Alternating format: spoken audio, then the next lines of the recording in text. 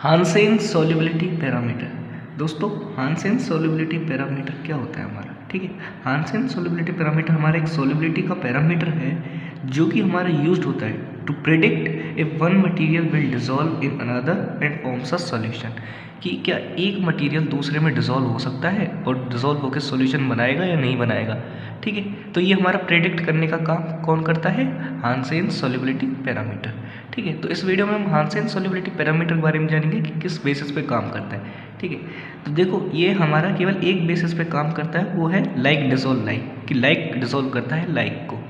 ठीक है, तो हान्सेन सोल्युबिलिटी पैरामीटर को और अच्छे से जानते हैं। देखो इसमें ईच मॉलिक्यूल जो होता है, जो भी मॉलिक्यूल होता है उसको हम 3 हान्सेन पैरामीटर्स देते हैं। ठीक है, एक मॉलिक्यूल को 3 हान्सेन पैरामीटर्स देते हैं। ठीक है, तीनों हान्सेन पैरामीटर का नाम क्या है हमारा?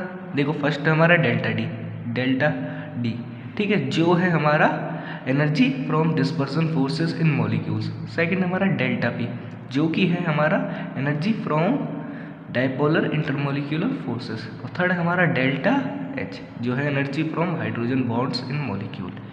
ठीक है, देखो एक बार मैं आपको डायग्राम पे समझाता हूँ कि किस तरीके से होता है। देखो 2 मॉलिक्यूल है हमारे। ठीक है, एक तरफ ये मॉलिक्यूल है और एक तरफ ये मॉलिक्यूल है। मुझे जानना है कि क्या ये मॉलिक्यूल इसमें ये पार्टिकल इस पार्टिकल में डिसॉल्व होगा या नहीं होगा। ठीक है, तो इसको क्या है, मेरे को 3 हान्सेन पैरामीटर देने पड़ेंगे फर्स्ट पार्टिकल को।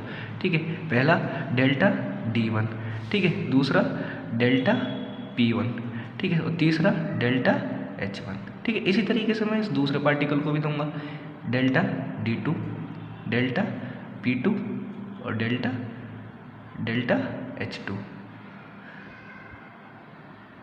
ठीक है, P2 और डेल्टा H2। ठीक है, इस तरीके से तीन हान्सेन पैरामीटर दोनों को दे दिए। ठीक है, अब देखते हैं किस तरीके से काम करते हैं। जो तीनों हान्सेन के पैरामीटर होते हैं हमारे, मेज़र करे जाते हैं मेगापास्कल्स में। ठीक है, तीनों मेज़र करे जाते हैं मेगापास्कल्स में, मेगापास्कल 1/2। ठीक है, यूनिट है ये इसकी जिसमें मेज़र करे जाते हैं मेगापास्कल 1/2।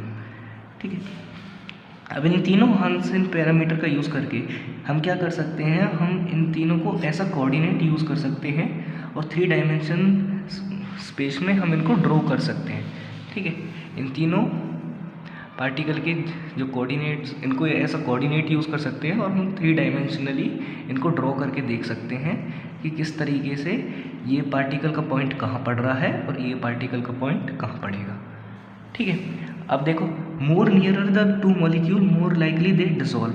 जितने ही 2 मॉलिक्यूल पास में होंगे एक, हाँ ठीक है, जितने 2 मॉलिक्यूल पास में होंगे उतना ही ज़्यादा पॉसिबिलिटी है कि ये दोनों एक दूसरे को डिसॉल्व कर सकें।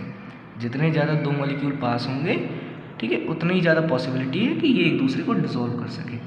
ठीक है, अब देखो इसके बेसिस पे कि भाई कितना डिस्टेंस हमें कम से कम चाहिए कि ये दोनों एक दूसरे को डिसॉल्व कर सके, हमने एक वैल्यू दी है जो कि है इंटरेक्शन रेडियस।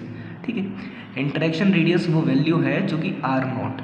ठीक है, ये वैल्यू है कि इतनी कम से कम तो डिस्टेंस होना चाहिए जिसपे ये दोनों एक दूसरे के साथ एक दूसरे को डिसॉल्व कर सकें।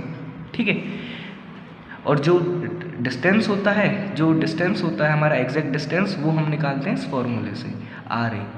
ठीक है, R0 है हमारा इंटरेक्शन रेडियस कि जितना होना चाहिए, ठीक है, कम से कम होना चाहिए, और RA हमारा है, RA है जो कि एक्चुअली में होता है, जो एक्चुअली होता है दो पार्टिकल के बीच में कितना डिस्टेंस होता है, और R0 जो कि होना चाहिए कम से कम, जिससे कि वो एक दूसरे को डिसॉल्व कर सके।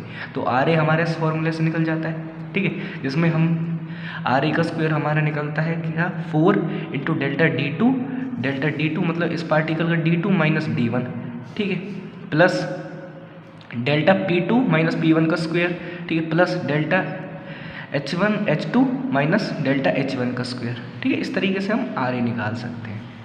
ठीक है, इसके बाद हम क्या कर सकते हैं, हम रिलेटिव एनर्जी डिफरेंस निकाल सकते हैं। रिलेटिव एनर्जी डिफरेंस क्या होगा, इन दोनों का रेशियो R0। ठीक है, कितना कम डिस्टेंस होना चाहिए जिससे वो रिएक्टिव हो, ठीक है, एक दूसरे को डिसॉल्व करें, और RA जो एक्चुअली में डिस्टेंस होता है इन दोनों के बीच में। तो इन दोनों का हम रेशियो निकाल सकते हैं RA/R0, जो कि निकलता है हमारा रिलेटिव एनर्जी डिफरेंस। ठीक है, अब इस रेड की यानी रिलेटिव एनर्जी डिफरेंस की वैल्यू अगर हमारी क्या हो, 1 से कम हो, ठीक है।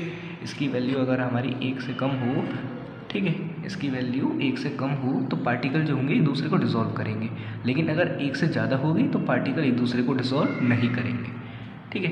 तो हान्सेन सॉल्युबिलिटी पैरामीटर में केवल हमारा इतना ही है, ठीक है। आप चाहें तो स्क्रीनशॉट ले सकते हो।